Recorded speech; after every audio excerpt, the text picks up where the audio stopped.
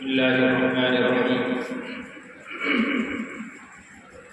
وبه نستعين أما بعد أعوذ بالله من الشيطان الرجيم بسم الله الرحمن الرحيم يرفع الله الذين آمنوا منكم والذين أوتوا العلم درجات صدق الله العظيم. حضرات علماء کرام، اساتذہ اکرام، عزیز طلباء، ہم اللہ رب العزت کا اتنا شکر ادا کریں کم ہے. اللہ رب العزت نے اپنی دین کی خدمت کے لیے اور علم نبوت کے حصول کے لیے ہمیں قبول فرمایا ہے.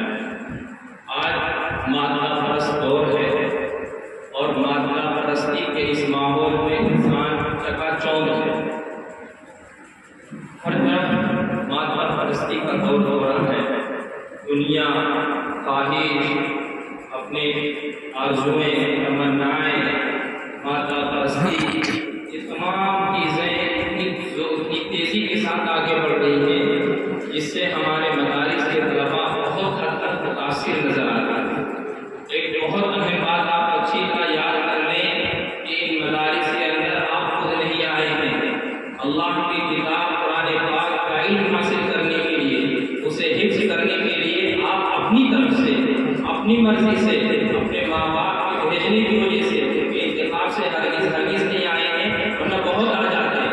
آپ کو اللہ رب العزت نے اپنی کتاب کی حفاظت اور صیانت کے لیے، اس کے حفظ کے لیے، اس کی تعلیم کے لیے قبول فرمایا ہے. باقاعدہ ہزاروں میں صرف آپ کا انتخاب ہوا ہے.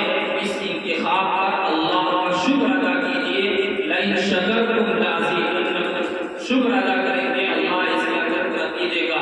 اور دوسری اہم بات جو ہماری تعلیم کے اندر رکاوٹ ہے وہ یہ ہے کہ ہمارے طلباء احساس کمتری کا شکار ہیں. ان کی نظر دنیا پر جا رہی ہے، مال و متا پر ان کی نظر جا رہی ہے. ایک بات یاد رکھیں، دنیا کی عزت ہو، آخرت کی عزت ہو، یہ اللہ رب العزت ہی دیتا ہے. وَتُعِزُّ مَن تَشَاءُ وَتُذِلُّ مَن تَشَاءُ بِيَدِكَ الْخَيْرُ إِنَّكَ عَلَىٰ كُلِّ شَيْءٍ قَدِيرٌ. اللہ رب العزت خود ارشاد فرماتا ہے یہ میرے ہاتھ میں ہے. عزت کا دینا، ذلت کا دینا میں اسے چاہتا ہوں.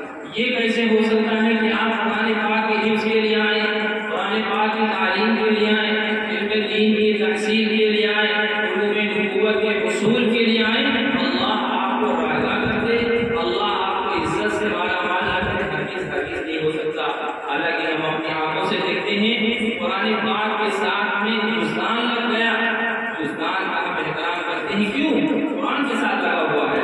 ورنہ وہ عام کپڑا ہوتا اس کا ہم آغوش بنا لیتے، پیروں سے گزرتے، اپنا پیر صاف کر سکتے تھے. لیکن اب وہ کپڑا جس پر جزدان بنا لیا گیا ہے پیر کے نیچے نہیں آ سکتا ہے، سینوں سے لگایا جائے گا. کیوں؟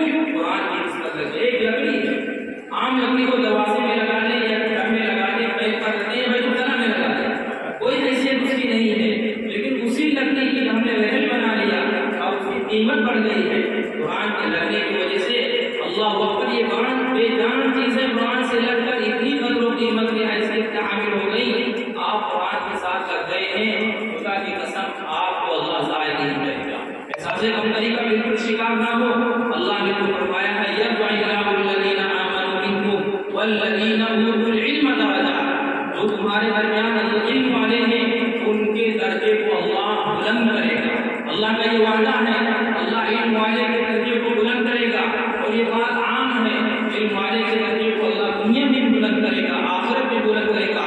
اور یہ بات اچھی طرح ہم سمجھ لیں اور ذہن میں اچھی طرح ذہن و دماغ کے گوشے شوشے میں بٹھا لیں کہ جس علم سے ہم جنت حاصل کر سکتے ہیں یہ دنیا کیسے نہیں مل سکتی. جنت سب سے قیمتی دولت، سب سے عظیم دولت، سب سے بڑی دولت ہے. یہ علم ہم کو اتنی بڑی دولت دے سکتا ہے، اتنی بڑی نعمت دے سکتا ہے، اتنا بڑا انعام دے سکتا ہے. تو وہ علم ہمیں دنیا کیسے نہیں دے سکتا ہے، ہو ہی نہیں سکتا ہے. اس لیے آپ احساس کمتری کا شکار ہرگز نہ ہو.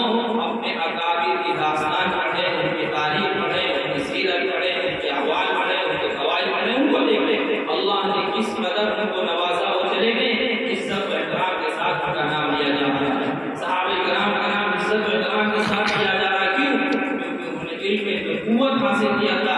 کامیابی کا واحد زینہ، واحد سیڑھی یہی ہے. آپ اچھی طرح سمجھ جائیں کہ آپ ایسی جگہ آئے ہیں آنے کے بعد آپ کی دنیا بھی انشاءاللہ سمجھ جائے گی، آپ کی آخرت بھی بن جائے گی۔ آپ ادھر ادھر مت دیکھیں، دائیں بائیں مت دیکھیں، چپ و راست مت دیکھیں، آگے پیچھے مت دیکھیں، دنیا کی رنگینی مت دیکھیں، اہل دنیا کو، اہل ثروت کو، دنیا داروں کو مت دیکھیں۔ خدا کی قسم جو دنیا میں لگ گئے ان کا سکون غائب ہو گیا، ان کی عزت غائب ہو گئی، ان کی دنیا بھی غائب ہو گئی، آخرت بھی غائب ہو گئی۔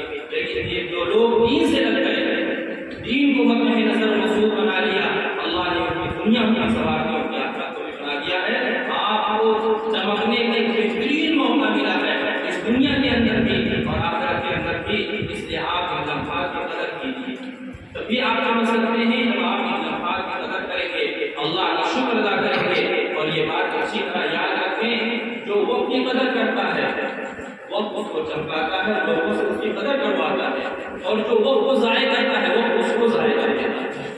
ہم یہاں آئے ہوئے ہیں، بہت نازک ہمارا یہ ہے، ہم نے قدر کی، اللہ خوش ہوگا کیونکہ ہم نے اس کو اچھی جگہ پہنچایا ہے، اللہ کہے گا، اور اس میں اس کی قدر کی ہے تو میں اس کو نوازوں گا۔ لیکن یہاں آنے کے بعد اگر ہم نے وقت کی قدر کی تو ان سب بڑی بڑی قربانیوں کے بعد ہمارے ماں باپ نے یہاں بھیجا ہے، اللہ نے ہمارا انتخاب فرمایا ہے، اس پر شکر کریں، ایک ایک لمحے کی قدر کریں، درسگاہ کی قدر کریں، اپنے وقت کی قدر کریں، اپنے اساتذہ کی قدر کریں، اپنے مدرسے کی قدر کریں، پڑھنے پڑھانے والوں کی قدر کریں اور اللہ کا شکر ادا کریں۔ انشاءاللہ کامیابی قدم ہوگی دنیا کے اندر بھی، آخرت کے اندر بھی۔ نہ ہمت پست کر تعمیر نو کی سعی کرتا جاتا، نہ ہمت پست کر